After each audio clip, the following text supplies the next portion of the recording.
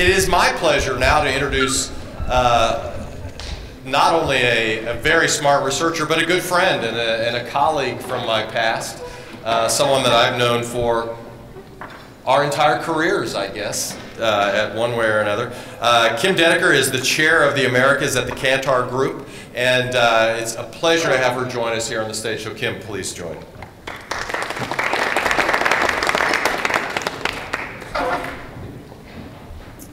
Well, thank you, Don.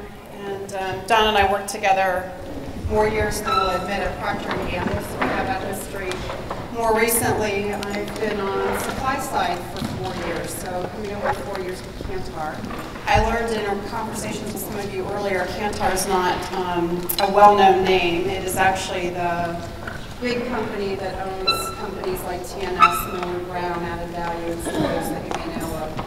When I was still on the manufacturer side, one of the challenges I was given as I was ready to retire was to get supply side experience, to understand the walk-in of both sides, those sets of shoes. And I found that incredibly helpful as I think about what we need to do as an industry, and I have a lot of thoughts on that that I'm going to share with you here.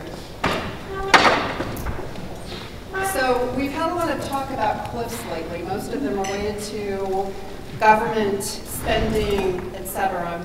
But I would submit to you that we've got a huge cliff that we're facing in what we call the market research industry. And the reason I'm going to say that to you is that if you look at some of the financials from the industry, now these are the big players in what I would call traditional market research. Doesn't include a lot of the smaller players, but it makes the point to you. This is a timeline that covers 2005 through 2012 first quarter. And we have negative growth. Now we know part of that negative growth comes from the fact that manufacturers have a lot of pressure to get their budgets down, to be more efficient with market research spending. A lot of the questions we get on the supply side are around how can we become more efficient, how do we think about cutting out duplication and unnecessary effort. But the other thing that's going on is that a lot of the spending that was in traditional market research, and particularly survey, has moved into other places. So I think it's really an unknown as to whether or not there's negative growth or if the industry really doesn't have a very different picture to it today. Now I'm going to insert a very brief story here about learning from your children. And those of you who are parents probably know or would say that we learn from our children every day. We learn the importance of life, the importance of small things. I have the experience of having now a 24-year-old who spent his first 2 years out of undergraduate with a large market research company. He loved it for about 6 months and absolutely hated it for the 18 months following that. And I couldn't figure it out. And he was quite perplexed as to why I would have spent 34 years in the industry. And so we kind of duked it out this past holiday.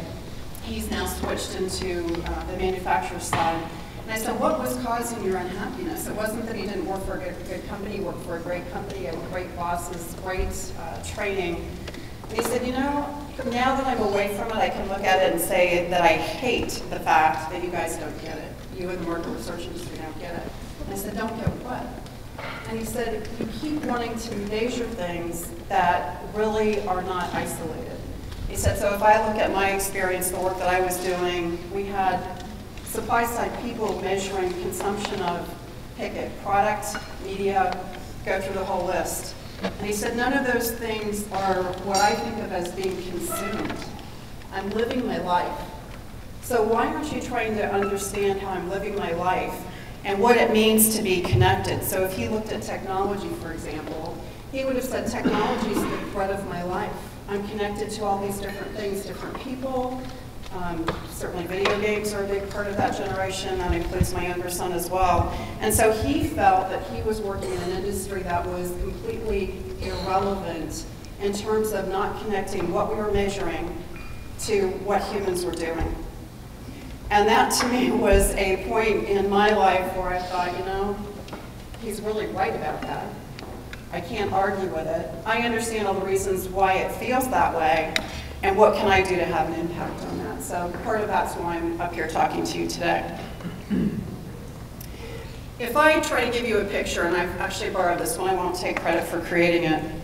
If I think about market research and how we thought about it traditionally, I'll connect to a point that Don made earlier. We haven't changed very much in 40, 50, 60 years. We actually are so much more project-based in our learning approach. Think of it as an ask and answer situation where a client has a question. We plug in various capabilities, methods, whatever you want to call them, to try to answer those questions. And we haven't done a very good job of connecting all the dots together. So to my son's point, if you are only asking and answering and providing isolated data points, even if you integrate some of those together, you're not doing a very good job of actually showing the bigger picture related to learning that we have. And what we have going on in the industry today, if you think of all the conversations around big data, integration, all the things that need to connect together, we've actually got a continuum that's being created with the axis of time and business value, which is taking us to a very, very different way of needing to learn about human beings and markets. I have a lot of clients that I work with today, and it's one of the benefits of working on supply side. I've gotten pictures of CPG, but now also financial, auto, and tech industries. It almost doesn't matter which industry or sector that my clients come from. All of them are asking for more real-time learning, number one, not something that's measuring what happened in the past. And they're asking for us to be able to build connections between the learning so that it becomes more of an accumulated industry or company type of knowledge system. No longer do they just want me to be able to analyze various data points and tell them what it means in terms of an insight. They actually want what I think of as organic knowledge. Some of the CEOs that I talk to talk about it in an even bigger picture, which is not so much about getting everything more holistic and integrated and being able to explain how things connect together. In my 24-year-old's vernacular, that would be showing how his life is lived, not just what he's consuming. What these CEOs are asking for is that the guts, the intuition of their marketers, their media people, all the folks they tend to rely on to influence strategy become much more connected together. So it's actually an organic, ongoing system of knowledge that's very different than what we think of in the project world. It's a very different way of thinking about the work that we do as market researchers. I did a very quick mapping of some of the big players in the industry today. Starting on the left, which would have been more of your kind of traditional survey people, then to media. And as you look at the folks who are really on that more accumulated knowledge type of vector, it's the big data purveyors, it's certainly the social media folks, and all of us are feeling some amount of competition from the consulting companies taking their ability to lead strategy and connecting a lot of these data points together. Well, what that says to me is that if I just think of that simple map is that our opportunity today really is about connecting more together and thinking about how we work together to solve the client problems in very different ways than we have before. Don talked about it in terms of breaking down the silos and bringing partnerships, and I certainly agree with that. But it's also starting to look at our world very differently, thinking about the problems very differently, and not being so protective of what we historically thought of as IP, but thinking about accumulated knowledge and so kind of decoding the life as what the end goal is, not the way we sell our assets today. So if I had one thought I want to leave with you today, it's to have a paradigm shift that comes out of our conversations, and it's around the fact that we tend to think of ourselves today as competitors, people who have experience and expertise in various areas. Some of us might say they're siloed. In fact, if we want to survive in the future and grow, whether we're on the manufacturer side or the supply side, we really need to think about the fusion that needs to happen in terms of embracing blended learning approaches. I would stand in front of you and tell you that I don't ever think survey research goes away. Certainly it's changed a lot as we think about online and mobile, et cetera, but it's still very valid. Qualitative will never go away. It's still very valid. As we think about the big data purveyors, some of the work that they're doing is very needed. But it's taking the blending of all of those things that really is going to help drive the business decision support systems of the clients on the buying side today. And the sooner we get our arms around that and think about what we can do to support one another and enable one another and bring out much more complex and hard-hitting what I would hate to see happen in our industry is that we get reinvented from the outside. We've already got, I would say, companies that we used to consider outsiders on the inside. That's only going to continue to grow as you look at the accumulated knowledge kind of space.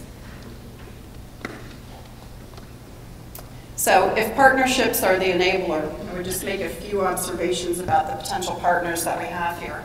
We have the traditional market research industry who has shown itself to actually not have a lot of visionary leadership and infrastructure to support the future vision. We know traditional MR agencies today, including my own, really have lacked agility, and they're relying on their historical business models and the way they think about their revenue and profit. Manufacturers, as Don said, have been really innovating in silos, not thinking about connecting with one another as much as we may need them to, inventing toward that future world. And then we have emerging partners who are very agile and innovative, and I have great respect for them. But what I'm hearing from clients today is that they're showing that they really don't have the ability to scale. And so the partnerships that clients are looking for are around global footprints, how to think about taking very innovative capability and scaling it up, and what might that look like. So as we think about the types of partnerships, I would characterize our historical partnerships in the industry as being around one way, kind of command and control, here's my question, go out and answer it. And in the future, I think it's more about how we work together for mutual benefit. How do we think about the partnerships, not just from client to agency and some of the partnership that needs to form there, but client to client, not thinking so much about protecting what we might think of as intellectual property, but sharing where appropriate. And agency to agency, how do we think about assets coming together to provide much more sophisticated, joined up kinds of deliverables than what we have today. I would welcome that, and I would challenge this group to think about what those partnerships can look like, because I do think it's not just about surviving.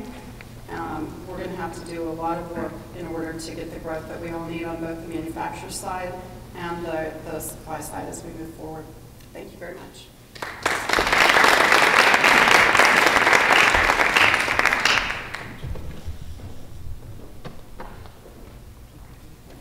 Thank you, Kym. That was great.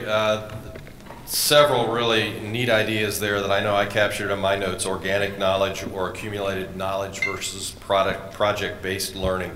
The whole idea of and scenarios and blended approaches, working together for our mutual benefit or the benefit of our clients and our customers, I guess, is really the end game there. But lots of good ideas. We'll look forward to exploring those when we get into the panel.